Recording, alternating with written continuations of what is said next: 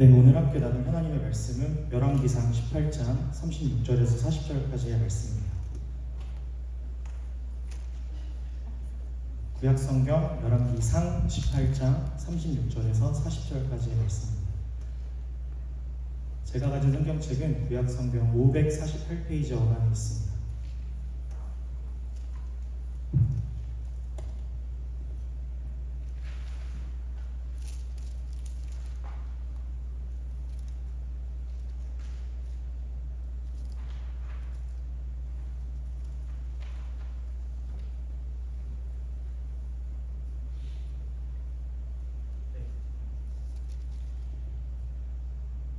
제가 대신하여서 봉독해 드리도록 하겠습니다.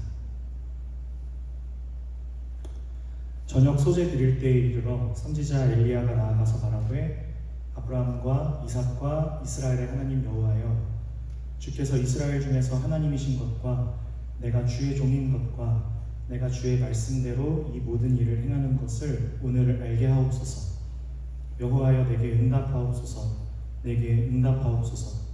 이 백성에게 주 여호와는 하나님이신 것과 주는 그들의 마음을 되돌이키심을 알게 하옵소서 하매, 이에 여호와의 불이 내려서 번제물과 나무와 돌과 흙을 태우고 또 도랑의 물을 핥은지라. 모든 백성이 보고 엎드려 말하되 여호와 그는 하나님이시로다. 여호와 그는 하나님이시로다 하니, 엘리야가 그들에게 이르되 바알의 선지자를 잡되 그들 중 하나도 도망하지 못하게 하라 하매 곧 잡은지라. 엘리야가 그들을 기손 시내로 데려다가 거기서 죽이니라. 아멘. 우리가 회복하고 점검해야 할 기본에 대한 아주 중요한 참조점이 있는 그런 말씀입니다. 저희가 사실 지난주까지 에베소서를 계속 다루고 있었습니다. 제가 이제 설교를 준비하는 과정들 속에 조금 제 마음에 이렇게 막힘이 생겼는데요. 여러 가지 이유가 있지만 이 삶 속에서 좀 정돈되지 않는 어려움들이 참 많이 있는 것 같습니다. 그래서 계속해서 사실 에베소서의 그 귀중한 그 고배들을 파내어 함께 나눌 수 있고, 또 그렇게 준비를 하는 과정들 속에 또 저의 삶과 또 제 주변의 삶을 이렇게 돌아볼 때 정말 우리가 하나님의 말씀을 통하여서 정말 하나님의 말씀을 의지하는 믿음으로 우리가 살고 있는 것이 맞을까? 이런 회의감 같은 것들도 좀 찾아오게 되었습니다. 그래서 좀 천천히 호흡하면서 말씀을 준비하기를 원했고, 또 그렇게 말씀을 나누기를 원했는데요. 그렇게 다시 정말 우연치 않게도 이 본문의 말씀을 좀 저로 하여금 주목하게 하시는 은혜가 있었는데, 오늘 그렇게 여러분과 이 말씀을 좀 나누고 싶습니다. 우리 하나님께서 전능하시고요, 영광스러운 우리 아버지이십니다. 할렐루야. 그럼에도 불구하고 당신의 그 영광스러움을 나타내지 않으실 때가 있는 것 같습니다. 그래서 우리에게 당연히 좀 어려운 삶의 부분들이 생기는 것 같습니다. 정확히 얘기하자면 우리가 하나님의 자녀로서 내가 온전히 살아내며 걸어가고 있다 할지라도 찾아오는 어려움이 반드시 있는 것 같습니다. 그렇다면 왜 믿는 우리인데, 하나님을 믿는 우리의 삶인데 우리의 삶 가운데 그러한 대목들이 왜 필요할까? 이런 질문을 제가 좀 스스로 해보게 되는 것 같았습니다. 오늘 말씀이 가리키고 있는 장면들을 여러분 함께 따라가시다 보면 만나게 되실 텐데요. 우리 하나님의 마음과 그 뜻, 그 앞에 우리가 정말 함께 잠잠히 머물러 서보기를 간절히 소망합니다. 소망이 있는 것은 우리는 좀 정체하기도 하고 겉돌기도 하지만 우리 하나님의 말씀은 멈추지 않고 계속하여 전진하고 있기 때문입니다. 여러분, 삶을 살아가다 보면 때마침 우리에게 어떤 계기나 일들, 어떤 만남들을 통해 내가 가지고 있었던 일상 속에 너무도 자연스럽고 당연했었던 어떤 판들이 보기 좋게 뒤엎어지는 것들을 경험하시게 됩니다. 그것이 어떤 진짜 좀 물리적인 충격이나 충돌이든 나의 정서적인 영역의 혼란이든 혹은 오랜 시간 동안 굳어져 있던 누구나 가지고 있는 그런 습관적인 루틴이 뒤엉키는 어떤 그런 변화든 우리는 그동안 내가 가지고 살아오던 답으로는 답이 되지 않는 현실을 누구나 만납니다. 그리고 그게 누적되면 사람은 몸뿐만이 아니라 영혼이 타격을 입게 됩니다. 그렇게 원인을 뚜렷이 하지 못할 피로와 또 곤고함들이 나를 누르고요. 우리는 자동반사적으로 나를 좀 보호하기 위해서 내가 누려왔던 그리고 혹은 누리지 못하였다고 생각하고 살아왔던 그 어떤 것으로부터 나를 보상하고 싶어 합니다. 그리고 나를 보호하려고 하는 말하자면 회귀 본능을 발동시킵니다. 그런데 하지만 얼마 못 가서 깨닫게 됩니다. 내가 돌아가야 할 자리가 있다는 사실. 오늘 본문은 바로 그러한 이야기를 다루고 있습니다. 여러분, 우리 삶의 많은 부분에 있어서 우리가 일반적으로 내가 이렇게 상식적으로 가지고 있는 어떤 신앙의 한 단면, 전체가 아닌 단면들이 우리의 삶에 그냥 그대로 기초가 되어 있는 경우가 참 많이 있습니다. 그리고 단면임에도 불구하고 그게 전부인 것처럼 그냥 생각하고 살아가는 신앙생활의 이 얕은 기초는 반드시 우리의 삶의 어떤 지점이나 대목들 속에서 무엇인가를 내가 잘못 판단하고 잘못 선택하는 결과로 증명하게 됩니다. 대부분의 청년들이 어떤 지점으로부터 좀 자라나지를 못하고 그 주변만을 빙빙 맴돌면서 방황한 까닭은 물론 여러 가지 원인이 있을 수 있겠지만 대부분의 경우 기초가 부실하기 때문입니다. 여러분, 단순히 지금 그 기초를 말씀을 내가 잘 안 읽었고 기도를 잘 안 했고 이 정도로 오해하셔서는 안 됩니다. 여러분, 천천히 한번 생각해 보실 수 있었으면 좋겠는데요. 여러분, 그 기초의 어긋남이라는 건 이런 겁니다. 내가 좀 많이 배웠다는 거, 남보다 내가 좀 착하게 살아왔다는 거, 순진하고 착하기만 하고 정직하기만 했던 거, 이런 것들이 사실 우리의 발목을 붙잡고 놓지 않는 우리의 어려움이 된다는 사실 여러분 혹시 아십니까? 조금 갸우뚱하시죠? 방금 설명한 것, 여러분 많이 배우는 게 잘못된 건가요? 착하게 사는 것이 잘못됐습니까? 순진하고 정직하려고 하는 것이 잘못됐습니까? 근데 여러분, 이런 것들은 사실 한 단면입니다.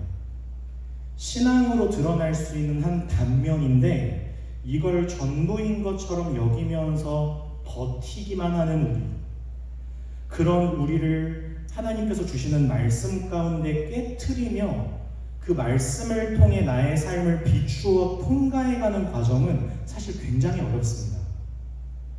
이런 어려움이 생겨요. 나보고 뭘 더 어떻게 하라는 거지? 뭐가 그렇게 어렵지? 이런 질문이에요. 근데 여러분, 참 이상한 건 하나님은 그 일을 하시는 분이십니다. 우리로 하여금 생각을 하게 만드십니다. 그냥 막 살게 내두지 않으시고요. 반드시 멈춰서 내가 아주 깊이 밤잠을 설치며 고민하지 않으면 안 되는 일들로 우리를 몰아가세요. 왜냐하면 여러분, 하나님을 믿으며 살아간다는 것은 그냥 착하고 순진한 문제가 아니기 때문입니다.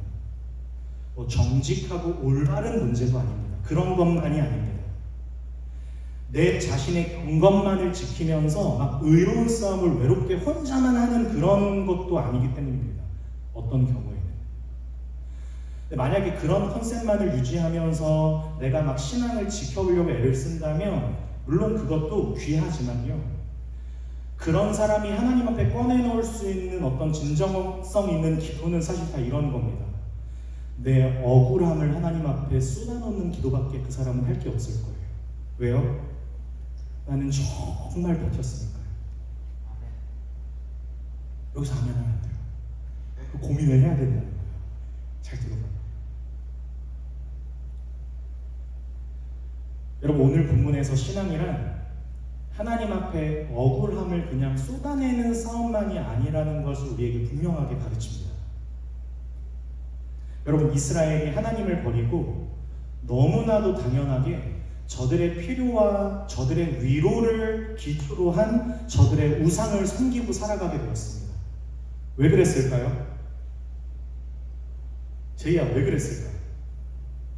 이스라엘 사람들이 하나님 버리고 너무나 당연하게 저들의 필요와 저들의 위로, 우리 그렇게 위로를 좋아하잖아요. 저들의 그 위로를 기초로 한 저들의 우상을 섬기게 됐어요. 왜 그랬을까요? 왜 그렇게? 진짜 몰라요? 하나님이 저들의 답이 되지 않았기 때문입니다.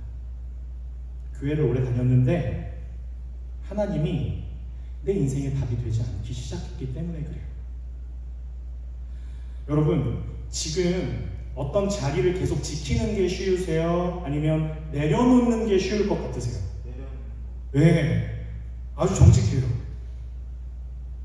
내려놓는 거, 이렇게 하셔도 돼요. 내려놓는 거요. 여러분, 우리 전부 내려놓고 여기서 벗어나는 게 쉬워요. 그렇죠? 이스라엘 모든 백성들이 그렇게 하나님을 다 떠났습니다. 오늘 본문은 그렇게 남게 된 한 사람의 선지자 엘리야의 이야기인데요. 당시 모든 백성들이 자신의 신앙적 정조를 팔아 몸과 영혼을 넘겼습니다. 누구에게요? 그 대상은 아합이라는 왕이었는데요. 근데 이 아합이라는 왕은 거기서 만족하지 않고 자기 아내 이세벨과 함께 여호와를 따르는 이제 저들의 진짜 씨를 말리기 위해서, 사실 그걸 위해서 정략 결혼을 이세벨이 한 거였거든요. 그래서 이제 마지막으로 남았다고 여기는 그 선지자 엘리야를 죽이기 위해서 모든 정보를 동원하여 엘리야를 수소문하기 시작했고, 엘리야는 도망을 다니다가 나중에는 제 발로 아합 왕을 찾아가서 마지막 결투를 벌이게 되는 장면이 오늘 열왕기상의 본문이에요. 하나님이냐 바알이냐. 그곳 갈멜산에서 엘리야로서는 모든 것을 건 싸움이었고요. 그리고 그 싸움에서 엘리야는 승리를 하게 되거든요. 근데 여러분, 그 당시에 이스라엘의 현실적인 정황은 이런 상황이었습니다. 하나님이 이스라엘을 전혀 기뻐하지 않으셨고요. 무려 그 전투가 있기까지 3년 6개월 동안 이스라엘 땅에 비가 오지 않게 하나님이 하셨습니다. 말하자면 오늘날 우리의 코로나 기간만큼이나 저들은 목이 말랐습니다. 그렇게 오랜 가뭄과 물 부족 상태로 인해서 모두가 메말라갔고요. 모두가 지쳐 있었습니다. 그들은 언제나 피곤했고요. 그들은 언제나 힘겨웠습니다. 만약에 여기 누군가가 그 사람들한테 찾아가서 조금만 버텨보라고, 못해도 한 3년 6개월 정도만 버티면 된다고 얘기한다고 해도 여러분, 저들의 심리적인 정황이 조금이라도 나을 수 있었을까요? 아니, 전혀 그럴 수 없었을 거예요.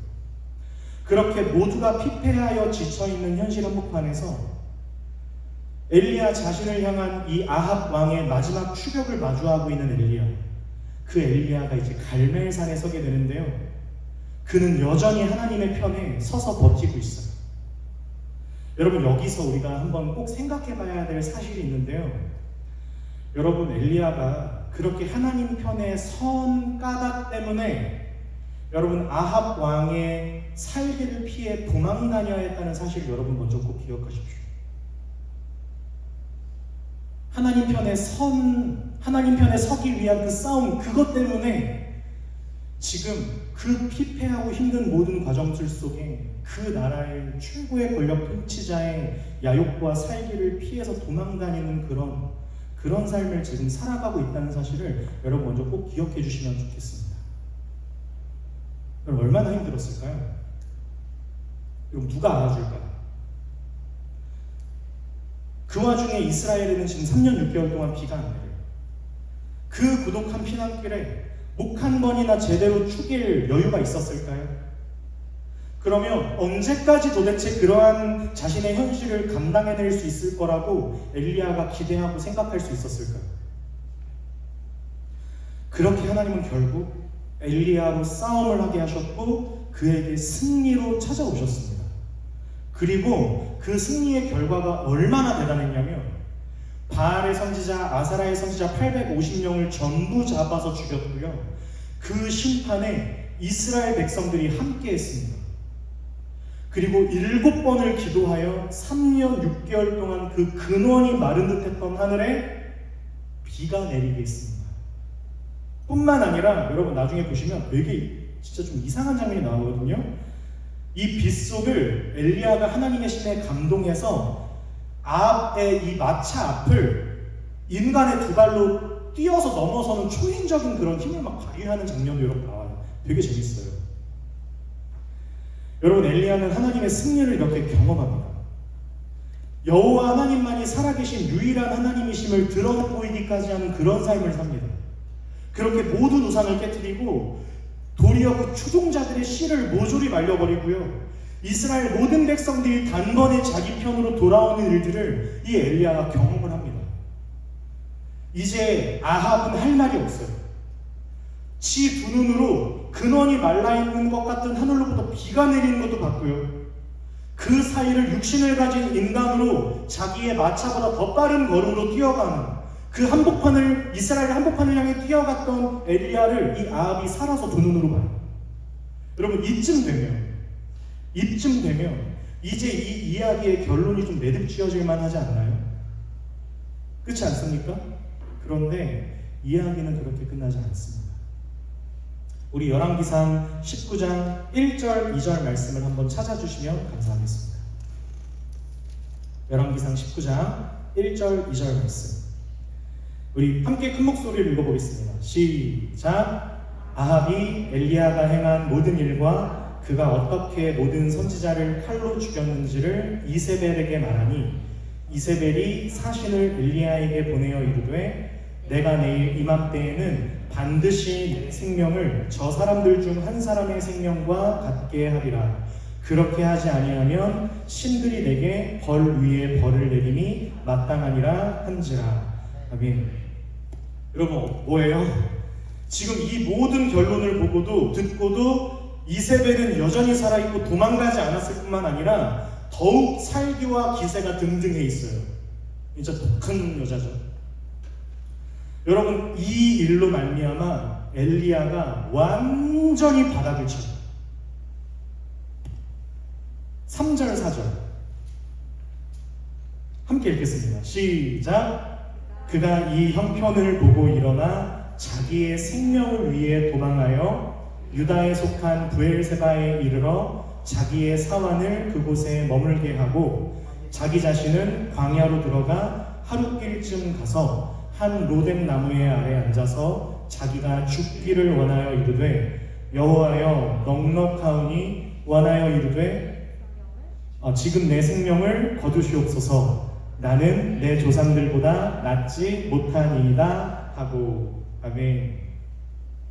여러분 엘리야가 완전히 무너져 내립니다. 여기에 좀 지리적인 이해가 필요한데요. 엘리야가 지금 어떻게 도망쳤냐면요. 제가 물론 거리는 부정확해요. 근데 제가 예를 들어드릴게요. 갈멜산을 여러분 한반도에서 반을 갈라서 갈멜산을 백두산이라고 해본다면 이스르엘이라는 곳은 북한의 수도인 평양이에요. 평양쯤이에요. 물론 정확한 건 아닌데 예를 드는 거예요. 그런데 지금 백두산에서 승리를 하고 평양으로 뛰어들어갔는데 거기서 누구를 만났어요? 이 독한 여자 이세벨을 만나는 거예요. 그래서 거기서 완전히 마음이 무너져 내려서 어디로 도망가요? 브엘세바까지 도망가는데 거기는 말하자면 부산 정도 되는 거예요. 제가 왜 북한을 예를 든지 이해하시겠죠? 사실 이거보다 더 길어요. 근데 부산까지 도망을 갔음에도 불구하고 엘리야는 무서웠고요. 그렇게 광야 한복판으로 더 들어가거든요. 말하자면 제주도까지 도망가요. 그런데 나중에는 거기서 더 도망가거든요. 말하자면 거의 호주까지 도망가요. 그곳이 시내산이거든요. 여러분 다시 말씀드리면 이 거리가 정확한 건 아닌데요. 거의 축약해서 제가 여러분들이 이해를 하실 수 있습니다. 엘리야가 어떤 상황으로 좀 도망치고 있는지를 좀 여러분들에게 머릿속에 딱 들어오게 하려고 했어요. 조금 이해되세요? 여러분 근데 걸어서 도망친 거예요. 다. 여러분 거리를 따져보자는 게 아니고요. 엘리야의 도망은 지금 사실 지역에 거리는 의미가 없어요. 핵심은 그 영혼이 누구로부터 위협당하고 싶지 않았던 도망이었다는 게 핵심이에요. 얼마나 무섭고 얼마나 허무하고 얼마나 지치고 얼마나 답답했으면 아무도 찾아올 수 없을 거라고 생각하는 그 심연 깊은 곳까지 엘리야가 숨어 도망치는 거예요. 어디를 가야지 좀 마음을 편하게 먹을 수 있었던 엘리야였을까요? 근데 안타깝게도 그러지 못해요. 여러분, 근데요, 물론 제 의견에 동의하지 않으셔도 되지만 저는 사실 엘리야의 이야기에서 갈멜산 전투보다 이 이야기가 더 중요하다고 생각하는 사람입니다. 엘리야가 왜 이렇게 두려워하고 왜 이렇게 놀랐고 왜 이렇게 절망했을까를 한번 생각해 봐야 돼요. 오늘 우리가 굳이 살펴봐야 할, 잠깐 에베소서를 멈춰서 살펴보도록 하게 하시는 하나님의 말씀 앞에 우리 함께 한번 서볼 수 있었으면 좋겠습니다. 엘리야가 이렇게 생각했을 거예요. 여태껏 여러분, 엘리야가 그동안 어떻게 살았어요? 아합 왕의 그 수소문을 해서 죽이려고 하는 그 도전 앞에 엘리야가 뭐 하고 살았어요? 도망당했잖아요. 나름대로 죄인 취급받으면, 아니 내가 선지자인데 죄인 취급받으면서 몰려서 여기까지 왔는데 이제는 적어도 하나님께서 의인을 들어서 완전한 심판을 통한 분명한 영광을 드러내셔서 또 드러내셨잖아. 그럼 좀 매듭을 지어주셔서 이 끝나지 않을 것 같았던 현실 지옥에서부터 우리를까지도 아니야, 좀 나를 건져내 주시고 당신의 살아계심을 좀 분명한 승리로, 사실 그렇게 허락하신 사건이 뭐였어요? 갈멜산 전투에서의 승리였어요. 적어도 엘리야에게는 그랬어요. 그게 어떤 정말 신적 사건이었어요. 얼마나 엘리야가 놀랍고 기쁘고 얼마나 진짜 얼마나 좋았겠어요. 지금까지 몰려서 살다가 다 죽였잖아요, 혼자. 이제 비로소 다시 시작할 수 있을 것 같았어요. 적어도 엘리야는 모든 것이 완벽했고 더 이상 아합 왕도 그의 적수가 되지 못해요. 왜? 두 눈 뜨고 다 봤잖아요. 감히 자신과 이스라엘을 협박할 수 없어. 그런데요, 그렇게 소망을 가지고 뛰어들어온 이스라엘을 가보니 아직도 그 무릎을 꿇지 않은 사람을 만나요. 사실상 끝판왕, 아합 왕 위에 있었던 실세 이세벨, 마치 야곱에게 에서와 같았다. 그 이세벨은 그 모든 일들을 듣고도 조금도 밀리지 않아요. 조금도 그 자존심을 꺾지 않고요, 그 눈을 깔지 않아요. 엘리야가 그 앞에서 완전히 무너지는 거예요. 여러분, 왜 무너졌는지를 좀 공감해 보실 수 있으시겠죠? 이러실 바에 왜? 뭐 때문에 갈멜산에서 승리를 주셨고 바알, 아세라 선지자들 다 심판하게 왜 했고 왜 비는 내리게 하셔서 여기까지 당신의 감동으로 뛰어오게 하시고 왜 다시 해볼 수 있을 것만 같은 위로와 힘을 왜 주셨냔 말이야 도대체. 왜? 어차피 아무것도 달라질 게 없는 현실이면서. 이런 마음이었겠죠. 그렇게 엘리야는 도망칩니다. 그래서 그 도망은 어떤 장소로의 도망이 아니라 하나님으로부터의 도망이었어요. 여호와여 넉넉하오니, 이 무슨 뜻이냐면요, 이런 거예요. 나 이제 더 이상 바랄 것도 없어요. 내 생명 가져가세요. 나는 못하겠습니다. 이게 로뎀나무 아래에 들어누운 엘리야입니다. 안 하고 싶어요. 싫어요. 당신 혼자 다 해 잡수세요. 그냥 난 죽여주세요. 더 이상 괴롭히지 마세요. 제발. 나 할 만큼 했잖아요. 날 내버려 두세요. 그렇게 엘리야가 신의 산까지 도망가는데 그 신의 산에서 하나님이 이렇게 나타나십니다. 19장 11절 12절입니다.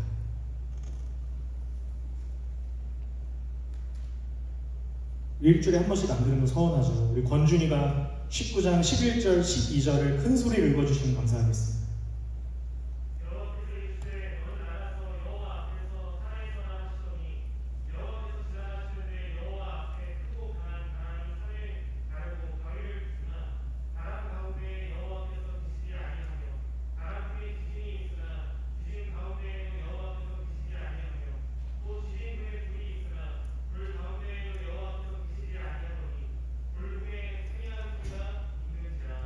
아멘. 할렐루야. 여러분 좀 아시는 장면이에요, 그렇죠? 뭐 아시죠? 뭐 크고 강한 바람에서도 안 계셨고 지진에서도 안 계셨고 불에서도 안 계셨는데 어떤 것으로 하나님께서 나타나세요? 세미한 소리. 여러분 이 장면이요 얼마나 중요한 장면인지 진짜 아세요? 이 장면이 바로 엘리야가 경험했던 갈멜산으로부터의 싸움에 대한 하나님의 답이십니다. 여러분 이거 잘 기억하셔야 돼요. 이 본문은 우리 모두에게 동일하게 주어져야 하는 질문이 되어가야 합니다. 왜냐하면 저와 여러분 또한 반드시 통과해야만 하는 과정이기 때문입니다. 여러분 저는 적어도 최소한 수요일 저녁에 이 자리에 나와서 하나님을 예배하는 사람들이라면 하나님만이 나를 구원하실 수 있으신 분이라는 사실을 알고 믿는 분들이라고 저는 생각합니다. 하나님만이 전능하시며 그분만이 진리이시고 그분만이 나를 사랑하신다는 사실을 알고 계셔요. 여러분 그래서 나왔어요. 여러분 그렇게 믿으시죠? 그런데 여러분 그 하나님께서 정말 살아계신 하나님이라는 그 사실이 내 삶을 관통하여 내 삶을 주장하고 있는 사실이 맞는지를 솔직하게 질문해 보시기 바랍니다. 아멘. 여러분 그러십니까? 사실 우리는 그렇지 못합니다. 왜요? 우리는 사실 엘리야와 같은 갈등, 이 같은 문제의 언덕에서 우리도 사실 넘어져 있는 사람들일지 모르기 때문입니다. 그래봤자 사실 달라지는 것은 아무것도 없다는 것을 우리는 너무나도 잘 알아요. 여러분 우리가 엘리야와 한 가지 차이가 있다면 우리는 여기 엘리야보다도 조금 더 똑똑한 것 같아요. 우리는 너무 잘 알아요. 여러분 우리 모두 진짜 다 너무 똑똑해요. 그래봤자 어차피 달라질 건 없는 걸 우리는 너무 잘 알아요. 엘리야는 사실 하나님께 단순하게 모든 걸 쏟아놓으면서 그 마음을 찢었거든요. 그래서 그렇게라도 따졌어요. 그냥 죽여주세요. 나 안 하고 싶어요. 하나님께 따졌고 우리는 사실 그렇게 하나님께 기도도 잘 못하잖아요. 그냥 리더님, 전도사님, 목사님 찾아가서 그냥 먼저 통보하잖아요. 저 못하겠습니다. 저 죄송합니다. 저 내려놓겠습니다.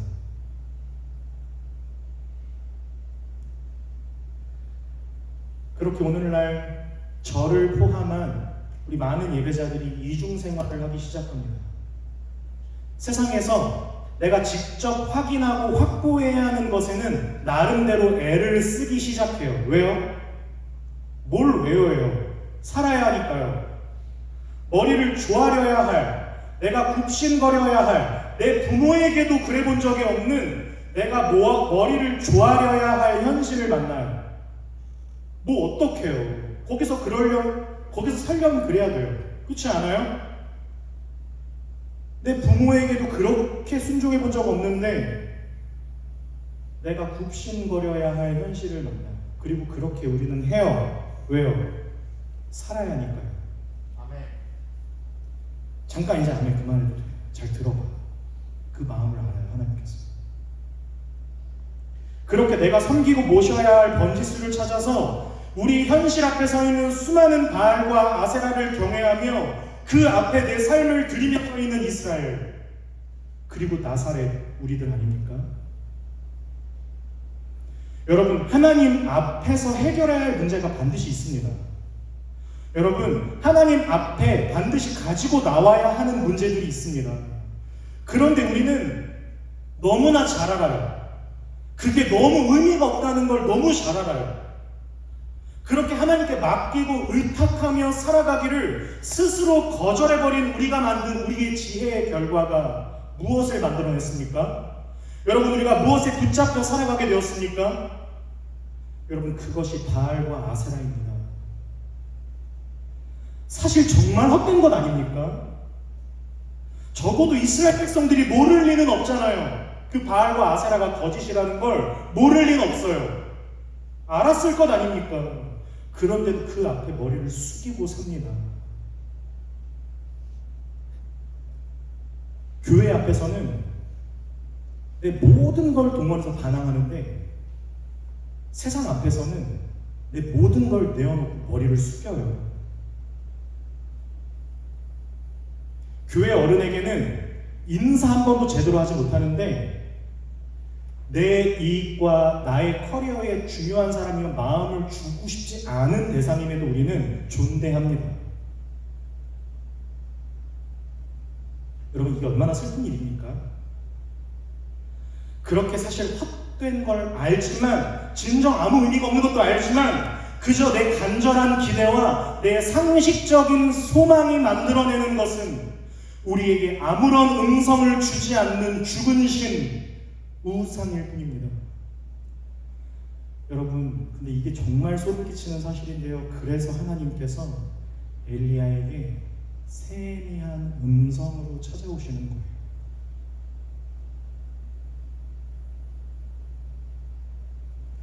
여러분, 택함받은 자녀라는 우리 인생들에게 하나님의 말씀이 없는 것보다 불행한 신앙생활, 이것보다 비참한 삶이 사실 어디 있습니까?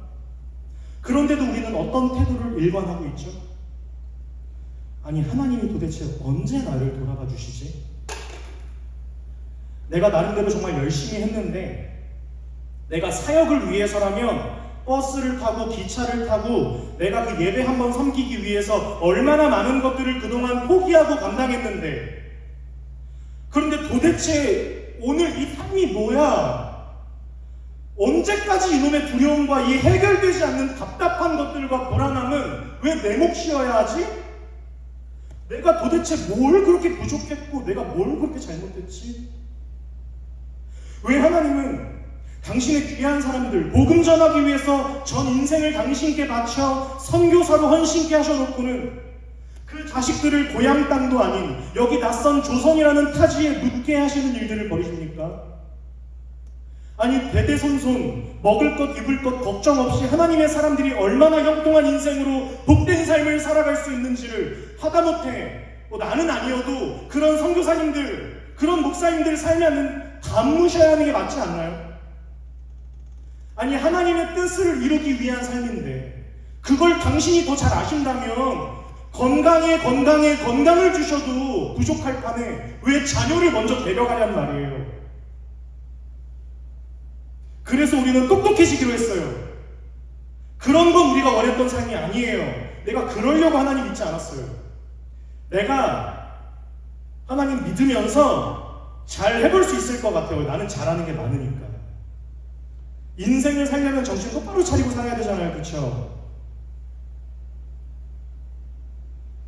여러분, 이게 제가 설교를 준비하면서 제 안에 있는 가장 커다란 슬픔이었습니다. 저 스스로 제가 얼마나 지혜롭고 제가 얼마나 좋은 신념과 나름대로 얼마나 건설적이고 또 포근한 아량과 마음을 내가 그래도 나름 얼마나 가지고 잘 살고 있는지 몰라요. 제가 살았다는 이름은 가졌으나 실상은 죽은 자 같은 기괴한 모습이었습니다. 4대 교회를 향한 하나님의 선언으로 가슴 아파하시던 예언자적 설교를 통해 회개했던 제가 참 좋아했던 고카는 목사님의 절규가 어쩌면 정말 맞았던 것 같아요. 살았다는 이름은 가졌는데 우리는 실상 다 죽은 자들처럼 살아가고 있습니다. 여러분, 오늘날, 이거 제 생각인데요. 제 생각이에요. 오늘날 현대사회를 통찰하고 관통하고 있는 가장 완벽한 시대적인 자화상은 그 의미 그대로를 묘사하는 좀비 같아요. 저는. 여러분, 좀비가 뭐예요? 살았지만 죽은 존재들 아닙니까? 그래서 오늘 소비되어지는 수많은 매개와 컨텐츠들이 하나같이 묘사하는 인간상이 좀비라는 게 저는 한편으로 너무 슬퍼요. 그게 너무나도 맞으니까요. 죽여버리거나 괴물로 살아남거나. 오늘날 우리 그리스도인들의 선택지가 전부 어디가 됐습니까? 죽지 않을 만큼만 당기고 싶은 거 아닙니까? 그렇게 세상에서 살아남기 위해 최소한으로 내가 가져야 한다고 생각하는 그 모든 것들은 단 하나도 버리지 못한 채 시시로, 아니요, 정해진 시간조차 하나님께 예배하고 하나님께 마음을 토하고 하나님께 마음을 집중하는 것은 사실상 불가능에 가까운 게 우리 신앙생활 아닙니까? 아무도 깨어서 예배를 드리지 못해요. 전부 자요. 하나님께 집중하는 것으로 예배를 드리는 건 사실상 거의 불가능에 가까운 세대가 되었습니다. 그런데 주식이 오르고 떨어지는 장은 넉놓고 언제든 그곳에 내 마음을 쏟아부을 수 있는 가능성을 열어둔 믿음의 세대가 오늘날 청년들 아닙니까? 아멘 안 하셔도 괜찮다니까. 그냥 들어도 괜찮아요. 여러분, 제 주변에 정말 주식하고 코인 한다는 사람들 중에 거기에 하루 이상 매달려보지 않은 사람 얘기를 들어본 적이 없어요. 단 한 사람. 단타를 치는 사람도 거기에 밤잠을 못 이룬 사람 얘기 한 명도 저는 들어본 적 없어요. 근데 그 사람들 중에 정말 자신의 영혼의 문제와 진짜 자기의 완전히 망가져버린 기능을 위해 밤새 하나님 앞에 무릎 꿇고 엎드려서 하소연했다는 얘기를 저는 또 들어본 적도 없어요. 사실상 불가능하지 않습니다. 저는 너무나도 절망했습니다. 아무도 그리스도와 함께 죽는 사람이 없었어요. 사실은 제가 그렇게 살고 있지 않아서 생겨난 자격지심이었어요. 여러분, 무엇이 예수님으로 사는 삶입니까? 무엇이 나는 죽고 예수님으로 사는 삶입니까? 누가 내 목에 총칼을 들이밀 때 두려움 없이 나는 예수님 믿는 사람입니다 외치는 삶이 예수님으로 죽는 삶입니까? 이 시대 오늘날 대한민국에서 어느 누가 그런 도전 받고 싸우고 있습니까? 아니요. 한 주에 하루, 주일 예배 하루조차도 싸움이자 전투 아니십니까? 딱 하루인데 얼마나 그 예배를 드리기까지 하면 전투하십니까? 그게 어떤 전투입니까 도대체?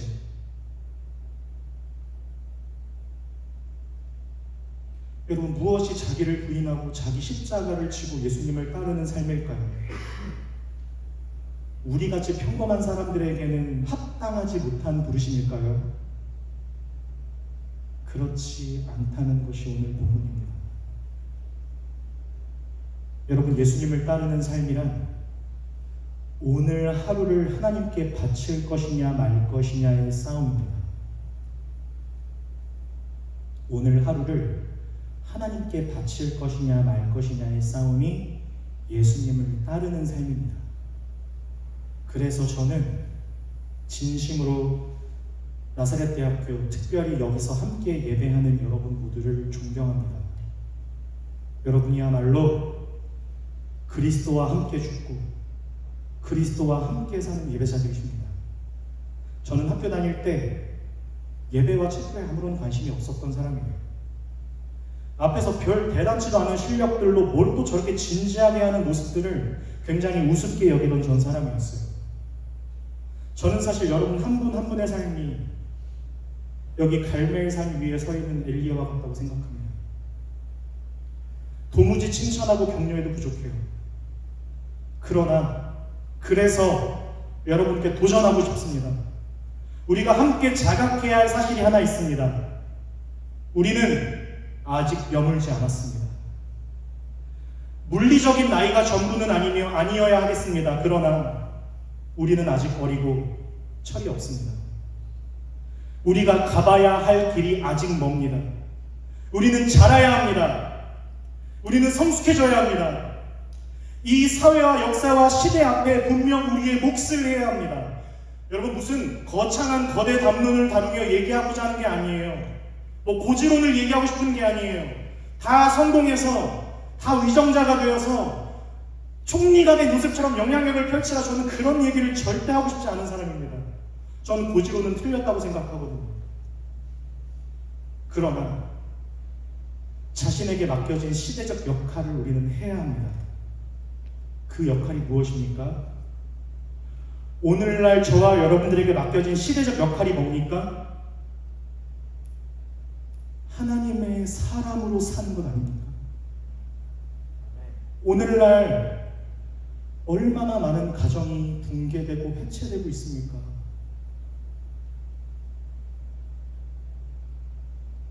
여러분, 가족 지키는 싸움이 어떻게 시대적인 역할이 아니라고 할 수 있습니까? 여러분, 스승의 권위가 추락하고 있는 시대들 아닙니까?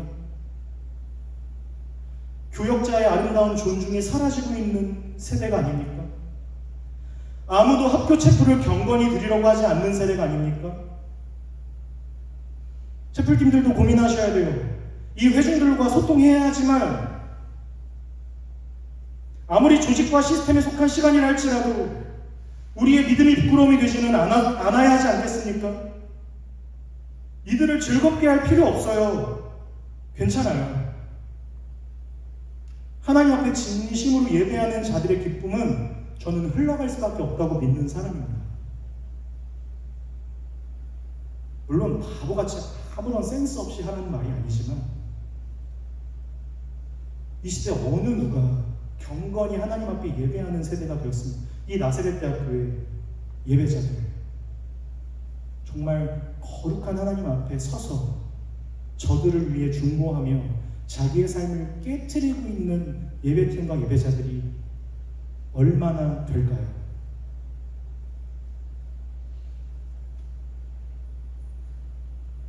우리는 어린아이와 같이 그저 떠먹여주는 자리에 앉아서 보채고 칭얼대는 요구에 부응하지 못하는 것으로 낙심하고 절망하고 두려워하는 자리로부터 커야 합니다. 무엇을 듣고 알게 되었다는 것에 만족해서는 안 돼요. 그것이 기도를 대신하게 해서도 안 됩니다.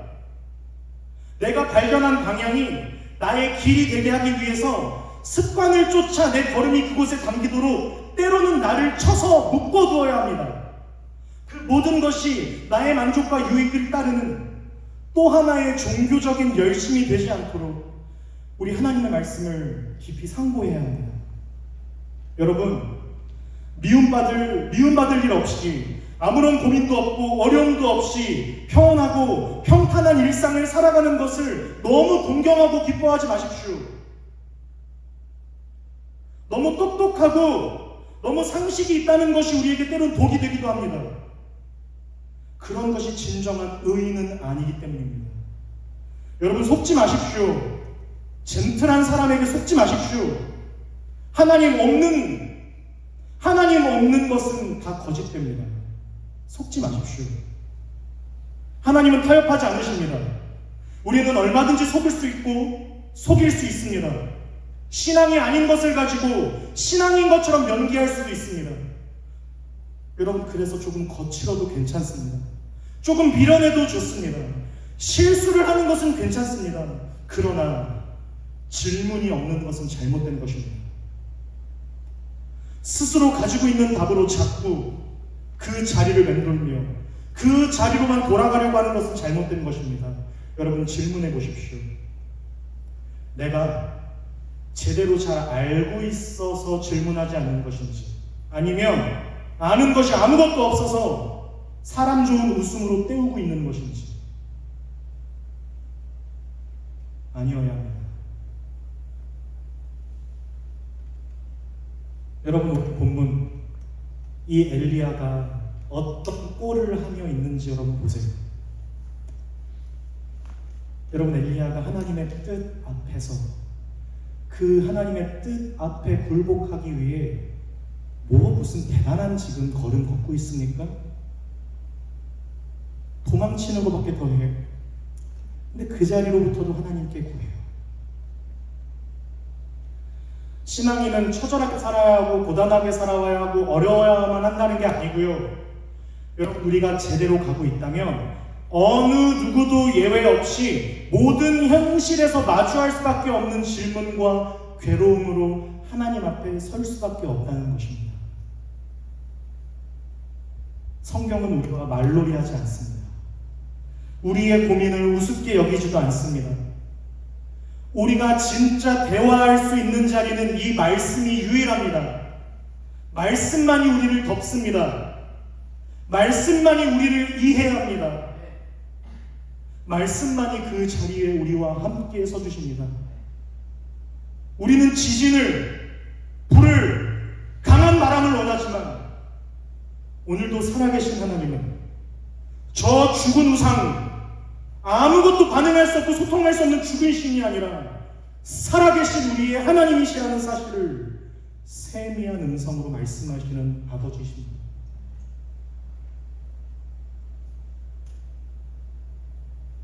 어떻게 견딜 수 있는지, 왜 내가 일어나야 하는지, 무엇으로 나를 다시 가게 하시는지, 오직 유일한 진리로서 우리를 도우시는 그분은 우리 하나님이 유일하십니다. 그렇게 여러분, 우리가 학습되어 왔던 오직 말씀, 오직 예수 그리스도만이 우리의 길이라는 것을 고백하며 갈 수 있게 되는 것입니다.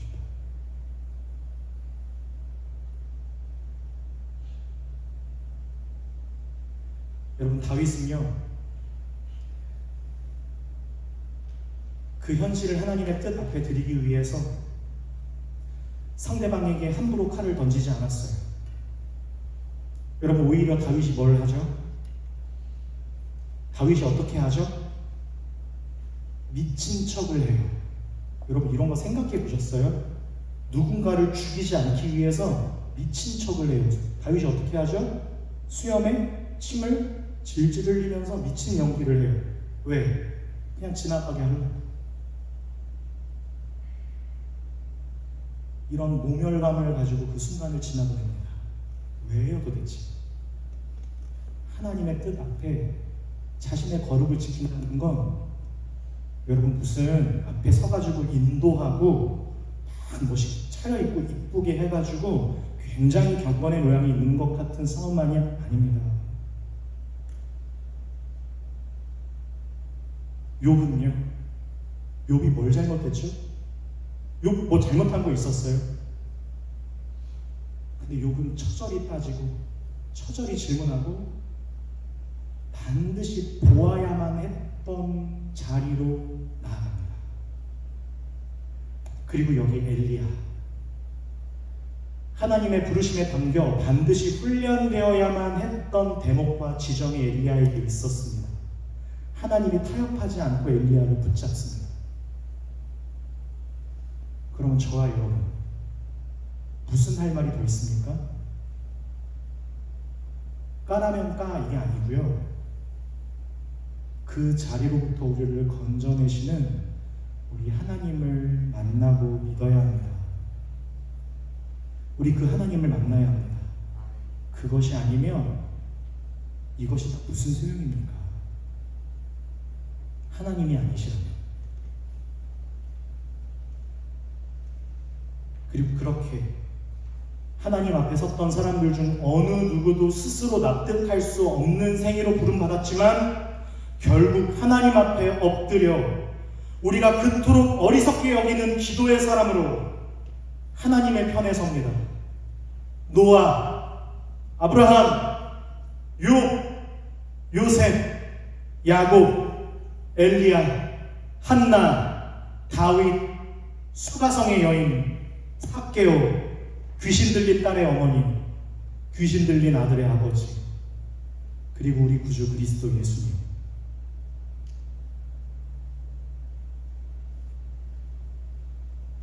영상 하나만 보고 설교를 마무리하도록 하겠습니다.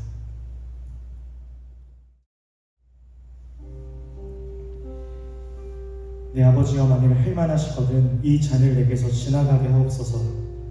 그러나 나의 원대로 마시옵고 아버지의 원대로 하옵소서. 예수님은 다시 살아나십니다. 무슨 뜻입니까? 우리가 아무리 애를 써도 만들어낼 수 없던, 우리가 그렇게 잘 지켜보고 잘 세워보려고 아둥바둥했던 그것을 가지고도 결코 한 가지도 지킬 수 없었던, 모두를 다 만족시켜줄 수도 없고 아무것도 내가 지킬 수 없다는 것을 매 순간 확인할 수밖에 없는 죄인된 우리의 인생으로부터 구원을 베푸시는 분이 계시다는 사실을, 그 모든 자리로부터도 자유와 평안을 노래할 수 있게 하시는 분이 계시다는 사실을, 다시 살리시고 다시 세우시는 창조주 하나님, 오직 예수 그리스도만이 유일하신 우리의 하나님이시라는 것을 드러내셨다는 것입니다. 우리 예수님께서 다시 살아나셨습니다. 사랑하는 나사렛 예배자 여러분, 우리가 어떻게 서로 사랑할 수 있습니까? 우리가 어떻게 서로 사랑할 수 있습니까? 내가 아무리 닥달을 하고 애원을 해도 오지 않는 누군가를 어떻게 도와주고 고쳐줄 수 있습니까? 내가 막 진심을 가지고 그 사람을 대하면 그 사람도 마음을 좀 열기 시작하던가요? 상대방에게 소소한 감동을 계속 전해주면 상대방이 내 진심을 알아주고 내가 바라는 마음으로 그 사람도 동일하게 마음을 열어주던가요? 아니요. 그 사람은 여전히 못 알아먹습니다. 여러분, 사랑은 그래서 나를 그에게 내어주는 것이어야 합니다. 그것만이 사랑이라는 것을 예수님께서 가르쳐 주신 것입니다. 당신을 우리에게 내어주셔서. 그러면 우리가 어떻게 내어줄 수 있습니까? 예수님은 알겠는데 나는 어떻게 그럴 수 있습니까? 우리 예수님을 믿는 것입니다. 그분처럼 하나님만이 이 일을 하실 수 있다는 것을 믿는 믿음으로 사랑과 용서, 이 모든 것들은 내가 범죄한 것 때문에 내어줌이 되셨고 우리를 의롭다 하시기 위하여 다시 살아나신 예수 그리스도 안에 있는 믿음 외에는 그 어떤 것으로도 시작할 수 없고 지켜낼 수 없다는 사실을 믿는 것입니다. 여러분, 그렇게 내어주셔야 합니다. 하나님께 내어드리셔야 합니다. 그리고 하나님께서 만들어 가시며 하나님께서 다시 세워주시기를 그 자리로부터 기도하셔야 합니다. 오래 참고 시기하지 아니하고 성내지 아니하고 악한 것을 특보하지 아니하고 모든 것을 바라며 모든 것을 믿으며 모든 것을 견디는 하나님을 믿는 자녀로 살아가는 것입니다. 저와 여러분에게 다른 길은 없습니다. 이것이 우리가 회복해야 할 길입니다. 우리의 모든 헛된 우상 앞에서 돌아서서 그분을 함께 따를 수 있는 우리 나사렛 모든 예배자들이 되기를 소망합니다. 여러분, 돌아보시면 그 자리를 견디고 있던 엘리야와 같은 사람들을 만나게 하실 겁니다. 할렐루야. 지금 여러분 같은 사람들 말입니다. 우리 지금 함께 나와서 찬양할 수 있기를 원합니다.